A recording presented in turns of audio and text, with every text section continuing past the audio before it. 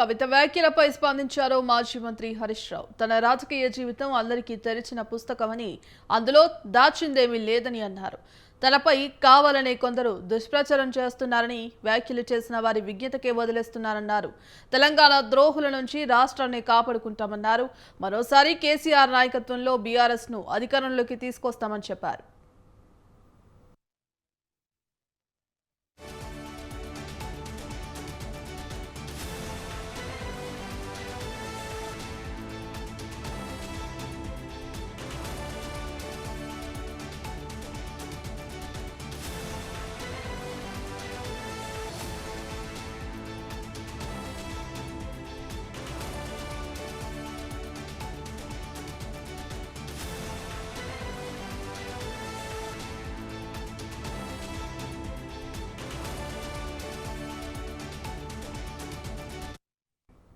కవిత వ్యాఖ్యలపై స్పందించారు మాజీ మంత్రి హరీష్ రావు. తన రాజకీయ జీవితం అందరికీ తెరిచిన పుస్తకమని, అందులో దాచిందేమీ లేదన్నారు.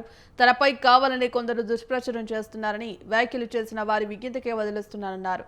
తెలంగాణ ద్రోహుల నుంచి రాష్ట్రాన్ని కాపాడుకుంటామన్నారు. మరోసారి కేసీఆర్ నాయకత్వంలో బీఆర్ఎస్ ను అధికారంలోకి తీసుకొస్తామని చెప్పారు.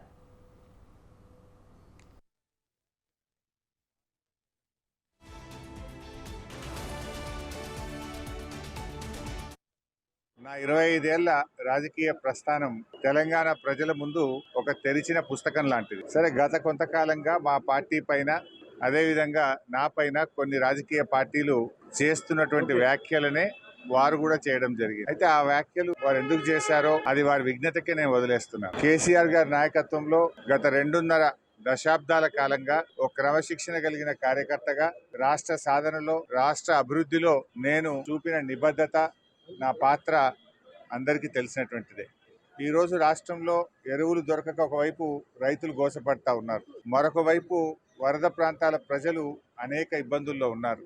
కేసీఆర్ గారు దశాబ్ద కాలం ఎంతో కష్టపడి నిర్మించిన వ్యవస్థలను, ఒక్కొక్క వ్యవస్థను ఉద్దేశపూర్వకంగా ఈనాడు రేవంత్ రెడ్డి గారు ప్రభుత్వం కూల్చేటువంటి ప్రయత్నం చేస్తూ ఉంది. సో ఇటువంటి పరిస్థితుల్లో కష్టాల్లో ఉన్న ప్రజల్ని ఆదుకునే విషయంలో, తెలంగాణ ద్రోహుల చేతుల్లో నుంచి ఈ రాష్ట్రాన్ని కాపాడుకునే విషయంలో మా దృష్టి అంతా ఉంటుంది. మేము ఈ రాష్ట్ర సాధనలో పోరాటం చేసిన వాళ్ళం, ఈ రాష్ట్రాన్ని కాపాడుకోవడంలో బాధ్యత కలిగిన వాళ్ళం. సో మా సమయాన్ని అంతా కూడా దాని మీదనే మేము వెచ్చిస్తాం. తప్పకుండా కేసీఆర్ గారి నాయకత్వంలో తిరిగి బీఆర్ఎస్ పార్టీని అధికారంలో తెచ్చుకొని ఈ ప్రజలు పడుతున్న కష్టాలను తొలగించడానికి అందరం కలిసికట్టుగా ముందుకు సాగుతాం.